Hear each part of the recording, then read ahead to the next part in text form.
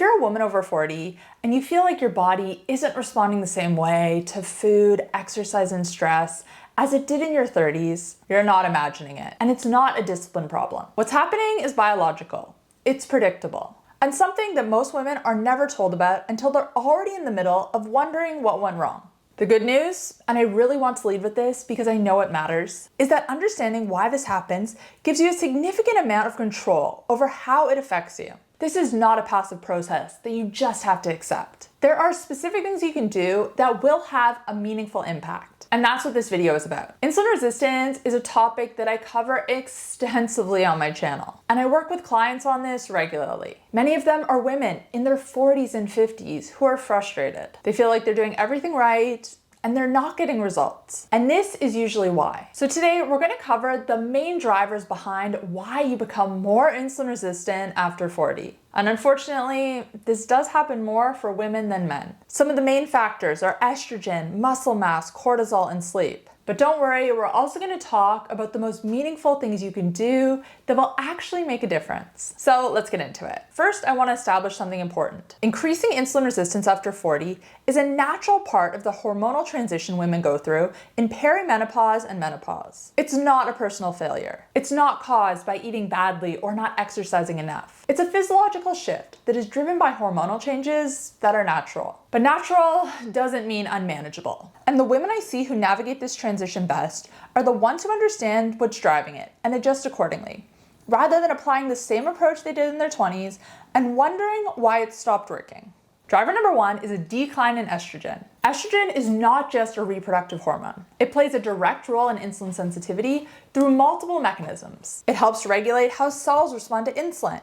It improves glucose uptake in muscle and fat tissue, and it supports the function of insulin receptors themselves. Now, when estrogen levels begin to drop in perimenopause, which typically starts in your early to mid 40s, insulin sensitivity starts to decrease alongside it. Estrogen also influences fat distribution. Higher estrogen levels are associated with fat storage in the hips and thighs. This is subcutaneous fat that is metabolically benign. But as estrogen declines, fat storage shifts towards the abdomen, specifically visceral fat, which is metabolically active and drives insulin resistance further. This is why a lot of women who had no or little belly fat in their 30s can see it start to increase in their 40s, even if they're doing all of the same things. This hormonal shift is real, and the metabolic consequences, unfortunately, are as well. And this happens on a timeline that a lot of women aren't warned about in advance. Driver number two is muscle mass decline. Muscle is one of the primary sites for glucose disposal in the body. When your muscles contract during exercise and even at rest, they absorb glucose from the bloodstream independently of insulin. More muscle means more glucose disposal capacity, which means lower insulin demand overall. After 40, women lose muscle mass at an accelerated rate. I have this cat purring right behind me non-stop. It's a little bit distracting. Let me know if you can hear that picked up on the mic. Okay, where was I? This loss in muscle mass is a process called sarcopenia, and partly by declining anabolic hormone signaling more broadly. Now, you can actively maintain and build muscle during this time. And if you're maintaining muscle, your insulin sensitivity is gonna be better, but you need to be proactive here. Driver number three is cortisol and stress sensitivity. Cortisol raises blood sugar. That's its job in an acute stress response. Mobilize energy fast. But when cortisol is chronically elevated, blood sugar is chronically elevated, insulin is chronically elevated, and insulin resistance compounds. Unfortunately, after 40, women become more sensitive to cortisol. The hormonal buffer that estrogen previously provided starts to decrease. The same amount of stress that was manageable in your 30s produces a larger cortisol response in your 40s. Poor sleep, work pressure, under-eating, over-exercising. All these drive cortisol, and in turn, insulin resistance. And in a way that becomes more pronounced with age. This is why the women I work with who are managing their stress and sleep well consistently see better metabolic results than those who are eating and exercising perfectly, but running on cortisol. Driver number four is sleep disruption. Sleep is where insulin sensitivity is restored. During sleep, your body regulates cortisol, processes glucose, and repairs the cellular machinery that governs insulin signaling. Even one night of poor sleep increases your insulin resistance the following day. So imagine what chronic poor sleep does. And unfortunately, Perimenopause impacts your sleep through multiple mechanisms. Night sweats, hormonal fluctuations, increased anxiety, and changes to sleep architecture. This creates a compounding cycle. Hormonal changes reduce sleep quality, poor sleep worsens insulin resistance, and worsened insulin resistance affects hormonal balance further. Protecting your sleep becomes even more important after 40. Okay, so that's great, but what can you actually do about this? Because knowing what drives it is great, but knowing what to do about it is even more important. So number one is resistance training. This is non-negotiable. Building and maintaining muscle is the single most impactful thing a woman over 40 can do for insulin sensitivity. 2 to 3 sessions per week of progressive overload. Progressive overload means you're either lifting heavier weights every week or you're increasing the reps. Basically, you're challenging your body. You're not just keeping the weight the same. This directly increases glucose disposal capacity and partially offsets the metabolic effect of declining estrogen. The second thing you can do is make sure you're eating enough protein. And this is where so many women are going wrong. Muscle maintenance requires adequate protein.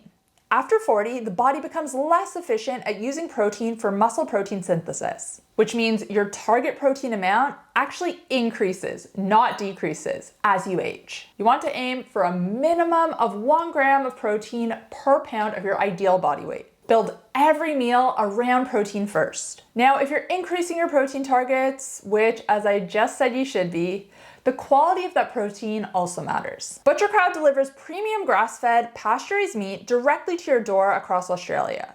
For women over 40 specifically, animal protein is the most bioavailable source of the complete amino acids your body needs for repair and maintenance. Getting enough high-quality protein consistently is extremely important if you're a woman over 40. And ButcherCrowd makes that easier without compromising on sourcing. Now, it's Australian only. I have been using ButcherCrowd for years.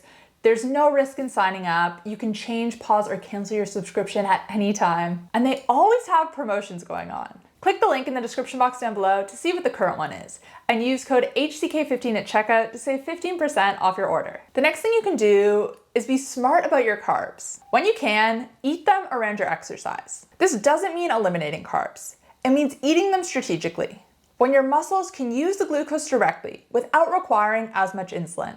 And then you want to protect your sleep, which I know, easier said than done. Now, I did post a video a few weeks ago with simple strategies you can use if you have trouble falling and staying asleep. I'll link that up above now if you want to check it out. There's probably a couple things on that list that you haven't thought of before, so I do recommend watching that next. And the final thing you can do is manage your stress. Again, easier said than done. The same practices that support sleep support cortisol management. But also worth considering is that over-exercising also drives cortisol. If you're doing 2 hours of cardio a day, you're missing the point. Like I said, 2 to 3 sessions of resistance training, of progressive overload, lifting weights, that's what you want to be doing. Low intensity cardio, like walking, is also great. But you don't need to be running, you don't need to be pushing yourself as hard as you can. Building muscle here is what's important. And those are the 4 drivers. Declining estrogen, reducing insulin receptor sensitivity, and shifting fat storage to visceral. Declining muscle mass, reducing glucose disposal capacity. Increasing cortisol sensitivity, amplifying the metabolic effect of stress. And sleep disruption, compounding all 3.